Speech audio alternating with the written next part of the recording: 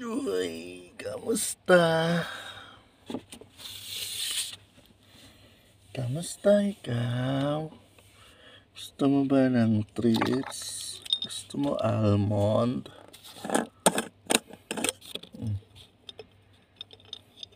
Yan guys, pagdating natin galing duty, bigyan natin siya ng almond. Ito, 2 pieces. Pero kahit isa lang pwede na. Tingnan natin. Uy, kakainin niya. Very good. Isa pa. Yan. Pag galing duty, ganyan talaga. Ano natin, nahawakan natin siya.